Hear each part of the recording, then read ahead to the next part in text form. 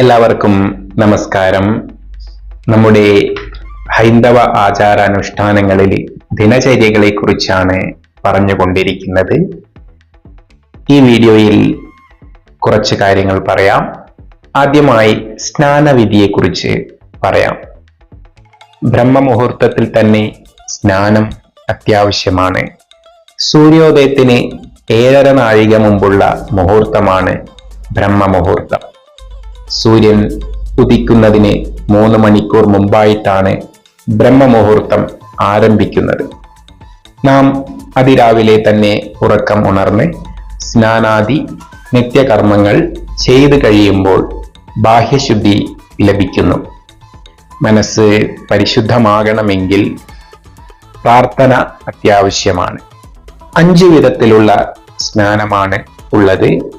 പാപത്തെ നശിപ്പിക്കുന്നതിന് അഗർ മഷണ മന്ത്രം ജപിച്ച് പ്രോഷണം ചെയ്യുന്ന ബ്രാഹ്മം, ജലത്തിലെ സ്നാനം വാരുണം, പശുവിന്റെ ചാണകപ്പൊടി ദേഹത്തിലേൽപ്പിക്കുന്ന വായവ്യം, ശരീരമാസകലം ഭസ്മം പൂശുന്ന ആഗ്നേയം മുതലായവ.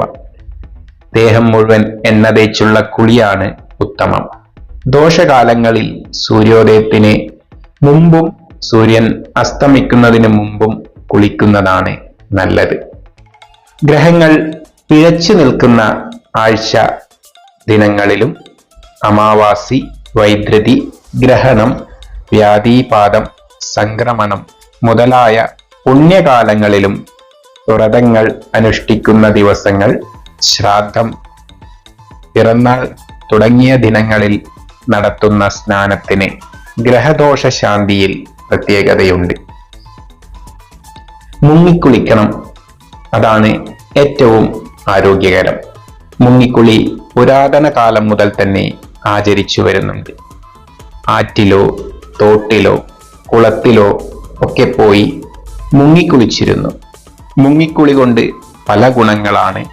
ശരീരം ശുദ്ധമാകുന്നു, ശരീരത്തിന് നല്ല കുളിർമ അനുഭവപ്പെടുന്നു, ഉന്മേഷം വർദ്ധിക്കുന്നു. കൂടാതെ മുങ്ങിക്കുളി ഒരു വ്യായാമം കൂടിയാണ്. 5-6 തവണ മുങ്ങി കുളിക്കുന്നത് വ്യായാമം ചെയ്യുന്നത് പോലെ തന്നെയാണ്. അപ്പോൾ ശരീര അവയവങ്ങൾ വേണ്ടത്ര ചലിക്കുന്നതിനാൽ പ്രവർത്തനശേഷി കൂട്ടുന്നു. ശ്വാസം പിടിച്ച് മുങ്ങുന്നത് പ്രാണായാമം നടത്തുന്നതിന് തുല്യമാണ്. മുങ്ങുമ്പോൾ ഗംഗയെ ധ്യാനിക്കണം. ജലം എന്നത് ഗംഗയാണല്ലോ. എല്ലാം ശുദ്ധീകരിക്കുന്നതാണ് ഗംഗ. മുങ്ങിക്കുളി പാപശാന്തിക്കുള്ള ഒരു കർമ്മം കൂടിയാണ്. കുളിക്കുമ്പോൾ ചൊല്ലേണ്ട മന്ത്രമുണ്ട്, വന്ദന ശ്ലോകമുണ്ട്.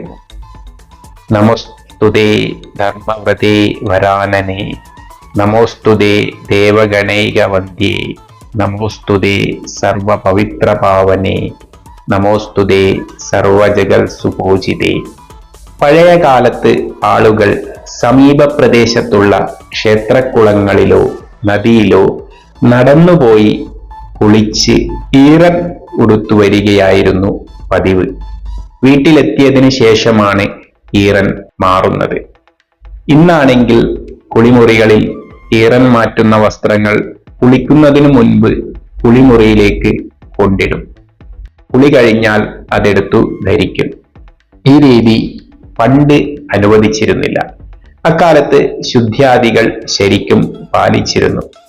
കുളി കഴിഞ്ഞുടുക്കുന്ന വസ്ത്രം കുളിക്കുന്നതിന് മുൻപ് തൊടുകയില്ല. കുളി കഴിഞ്ഞാൽ കടവിൽ വെള്ളത്തിൽ നിന്നു തന്നെ കിഴക്കോട്ട് നോക്കി സൂര്യനെ തൊഴുത് ധ്യാനിച്ചിരുന്നു. ഇന്നും അത് ചെയ്യുന്നവരുണ്ട്. ചെയ്യാത്തവർ ആണ് അധികവും. ധ്യാനം കഴിഞ്ഞ് ആദ്യം തോർത്തേണ്ടത് മുതുകാണ്, പിന്നെ മുഖം, കൈകൾ, ഒടുവിൽ പാദം. മേലു തേക്കുമ്പോൾ ആദ്യം മുഖം, തുവർത്തുമ്പോൾ ആദ്യം പുറം. ഇതിന് ഒരു പ്രത്യേക കാരണമുണ്ട്. മുഖത്താണ് ശ്രീദേവിയുടെ വാസം, അതായത് ലക്ഷ്മി. പുറത്താണ് ജ്യേഷ്ഠാ ഭഗവതിയുടെ വാസം. രണ്ടുപേരും വന്ദനീയരാണ്. ഒരാളെ തന്നെ വന്ദിച്ചാൽ മറ്റേയാൾ കോപിക്കും. അതുകൊണ്ട് രണ്ടുപേരെയും വന്ദിക്കേണ്ടതുണ്ട്. അതുകൊണ്ടാണ് കുളിക്കാൻ തുടങ്ങുമ്പോൾ ആദ്യം ലക്ഷ്മിയെ വന്ദിക്കുന്നതിനായി മുഖം തേച്ച് മിനിക്കുന്നതും കുളി കഴിഞ്ഞ് ആദ്യം തോർത്തി ജ്യേഷ്ഠയെ വന്ദിക്കുന്നതും. രണ്ടു ദേവിമാരുടെയും അനുഗ്രഹത്തോടെ ഈറനൊടുത്ത് ക്ഷേത്ര ദർശനം നടത്തി തൃപ്തരാകുന്നു. ഈറൻ എന്തിന് ഉടുക്കണം?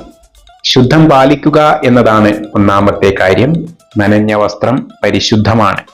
പരിശുദ്ധമായ വസ്ത്രം ധരിച്ച് ക്ഷേത്ര ദർശനം നടത്താവൂ എന്നായിരുന്നു പഴമക്കാരുടെ ആചാരം.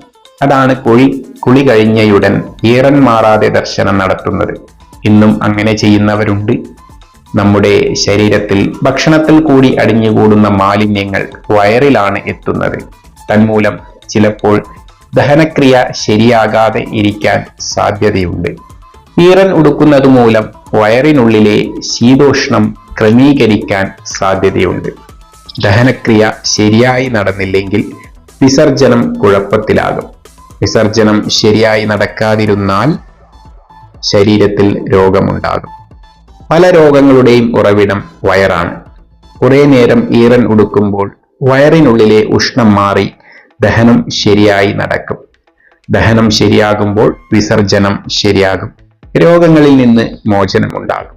അതാണ് പഴമക്കാർ ഈറൻ ഉടുത്തുകൊണ്ട് തന്നെ കുളി കഴിഞ്ഞ് വീട്ടിലെത്താൻ ശ്രമിച്ചിരുന്നത്. ഇത്രയുമാണ് ഇന്നത്തെ വീഡിയോയിൽ പറയാനുള്ളത്. കൂടുതൽ വിശദ വിവരങ്ങളുമായി കാര്യങ്ങളുമായി അടുത്ത വീഡിയോയിൽ കാണാം. ചാനൽ സബ്സ്ക്രൈബ് ചെയ്യാനും കമന്റുകൾ രേഖപ്പെടുത്താനും മറക്കരുത്. നന്ദി, നമസ്കാരം.